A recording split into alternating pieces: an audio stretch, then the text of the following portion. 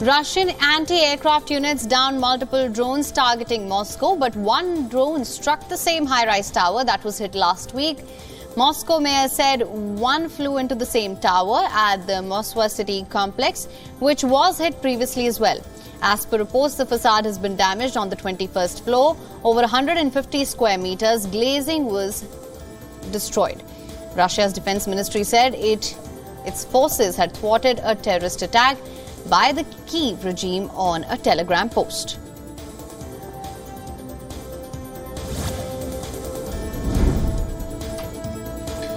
Three people, including two home guards, were killed, several injured in clashes that broke out during a procession taken out by the Bajrang Dal, the Vishwa Hindu Parishad in India's state of Haryana, as communal violence flared in Haryana's Noor district. Internet services were suspended and prohibitory orders were imposed. According to Haryana's Home Minister, adequate force was being deployed and all those stranded in different areas of Mewat region were being rescued. As per reports, over 3,000 people were being held hostage in a temple. They were evacuated later in the evening.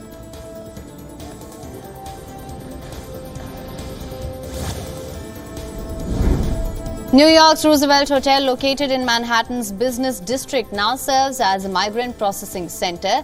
It is now operating as an asylum seeker arrival center. This as New York City struggles to keep up with the continued flow of migrants. However, the shelter is at capacity and migrants are unable to get a place inside. Newly arrived migrants could be seen filling the sidewalks surrounding the hotel. Migrants have been reportedly forced to sleep on the street.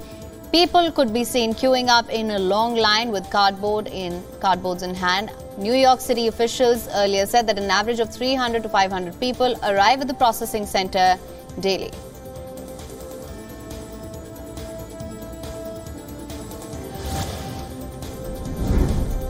Egypt President Abdel Fattah al-Sisi met with his Palestinian counterpart, President Mahmoud Abbas, in the Egyptian city of Al Alamein. The meeting came after Palestinian factions met to discuss reconciliation as violence in West Bank surged between Israel and Palestinian fighters.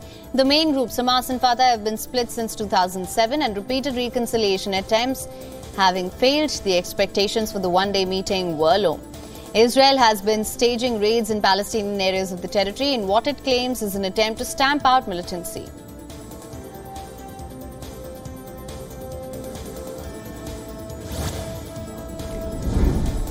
Chile police seized over $10 million worth of illicit drugs hidden in white goods. The street value of the illicit substances is estimated to be about $11 million. The bust was part of a 2-month operation in the port city of Valparaiso.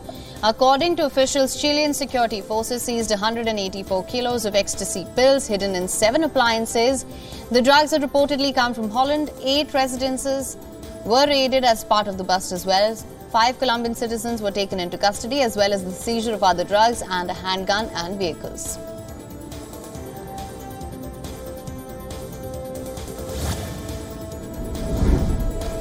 Nigeria saved over $1.32 billion in just over 2 months by removing a popular but costly subsidy on petrol and was also monitoring its after effects on inflation. Nigeria's President Bola Tinubu is under pressure as prices have soared following the country's boldest reforms in decades, which labor unions say have hurt the poor.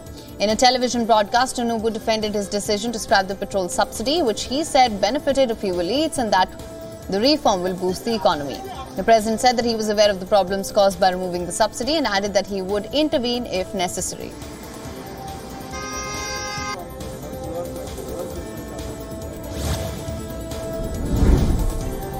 Ukrainian authorities dismantled a huge Soviet-era monument in response to Russia's invasion. The monument symbolized friendship between Russia and Ukraine. The Ministry of Culture of Ukraine has said the hammer and sickle emblem would be replaced by a trizub, a 3-pronged emblem of Ukraine. The work is scheduled to be completed by Ukraine's Independence Day on the 24th of August. According to the city's mayor, the 8-meter bronze statue was located underneath a giant titanium People's Friendship Arch, erected in 1982 to commemorate the 60th anniversary of the Soviet Union.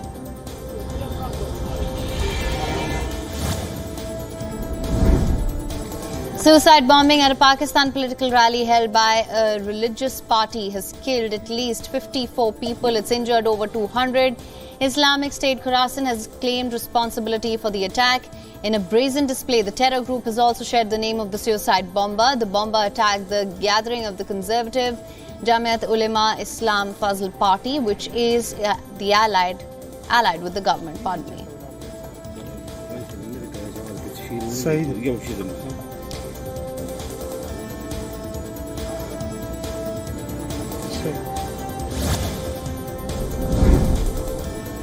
A Moscow court upheld the verdict against Russian opposition figure Vladimir Kara-Murza Jr. Kara-Murza, a journalist and a top Kremlin foe, was found guilty of treason and was sentenced to 25 years in prison in April. The charges against him stem from his March 2022 speech to the Arizona House of Representatives, in which he condemned Russia's special military operation in Ukraine.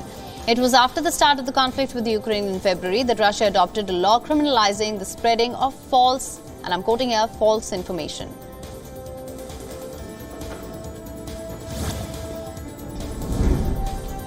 Myanmar state media reports former leader Aung San Suu Kyi is to be pardoned. The ousted civilian leader was earlier moved to house arrest after the military detained her following a coup in February 2021.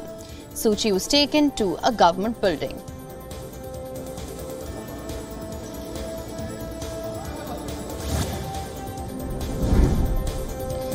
August 1st marks the 96th anniversary of the founding of the People's Liberation Army of China. The Army Day is a national holiday in China that commemorates the founding of the PLA. The purpose of the yearly ceremony is to acknowledge the contributions and sacrifices made by the nation's military services in defending China. Earlier on Monday, China's Ministry of National Defense held a reception at the Great Hall of the People in Beijing to honor the day. The grand reception was addressed by Chinese Defense Minister General Li Shangfu. During his speech, the defense minister said that the Chinese army will comprehensively enhance military training and war preparations.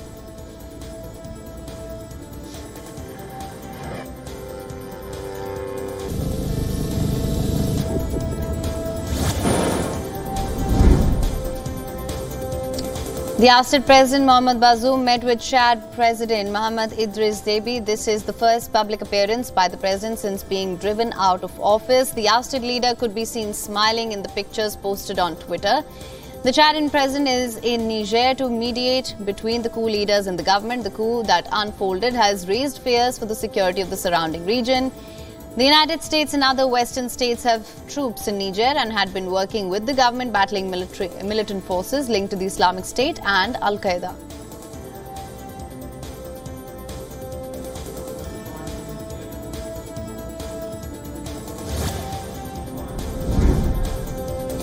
Thousands of Bulgarians protested outside the court building to call for stronger measures to tackle violence against women.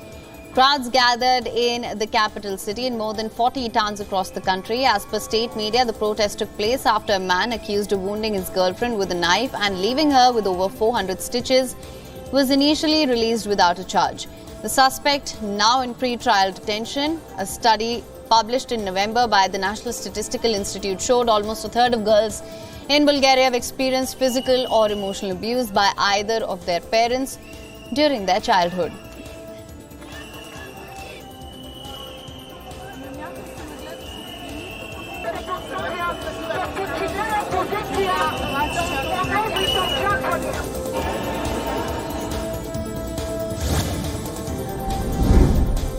The US government officials will attend a Ukraine peace summit in Saudi Arabia. According to the Wall Street Journal, Saudi Arabia would invite Western states, Ukraine and major developing countries to the talks. President Vladimir Zelensky's chief of staff and officials from a number of countries were preparing to meet in Saudi Arabia to discuss Zelensky's peace plan for Ukraine after the departure of all Russian troops. Ukraine is to start discussions with the United States this week on providing guarantees for Kyiv pending the completion of joining NATO.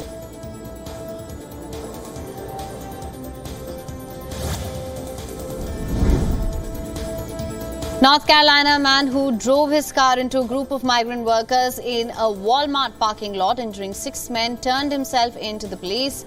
Daniel Gonzalez, 68 years old, surrendered at the Police department with several relatives by his side. The department said in a statement that his family members told detectives that Gonzalez had hit the gas pedal accidentally while trying to park his car and left the scene in a panic. ¿Qué pasó?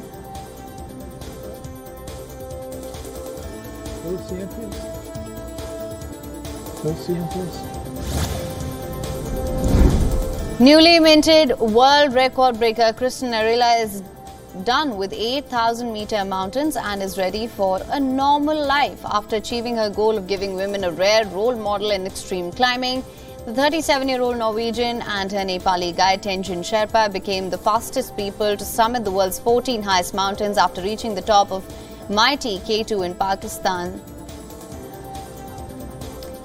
Together, they completed the feat in 3 months and 1 day, surpassing Nepal-born British adventurer Nirmal Purja's record set in 2019 of 6 months and 6 days.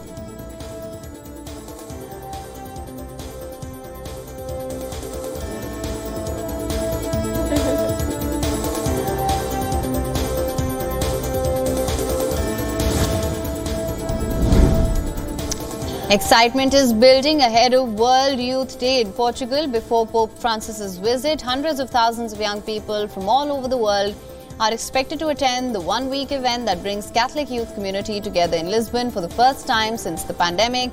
Bishop Americo Eguia, who led the preparation for the event, says the organization expects up to 1 million participants.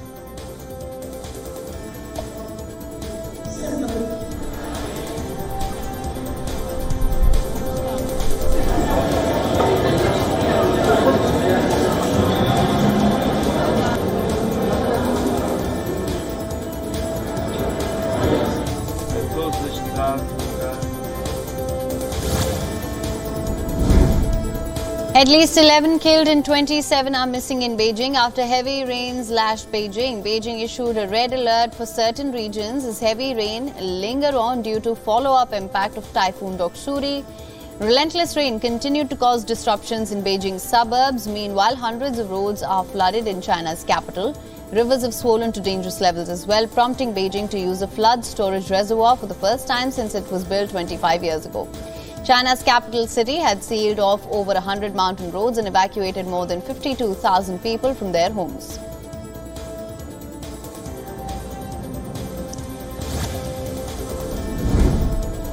Japan's factory activity in July contracted at a faster pace. According to a business survey, the Aijibun Bank Japan Manufacturing Purchasing Managers Index fell to 49.6, reflecting weak orders amid a global economic slowdown. New orders and output both remain below the 50 line, indicating contraction. However, there is a positive outlook as manufacturers expect improved demand and economic recovery. Sliding fuel and commodity prices have also eased cost pressures for the companies. Despite the challenges, hopes for a brighter future persist.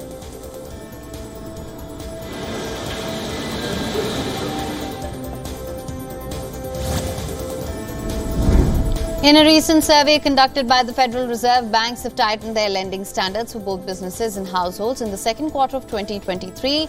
This tightening is expected to continue throughout the year. The reasons cited by bank officers include an uncertain economic outlook, deteriorating credit quality, concerns about funding costs, and potential legislative challenges.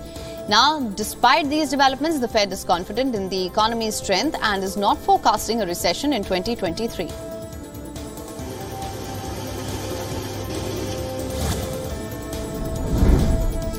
In a bid to avoid defaulting on its repayment to the International Monetary Fund, Argentina's Economy Minister Sergio Massa announced that the country will not use any of its own reserves.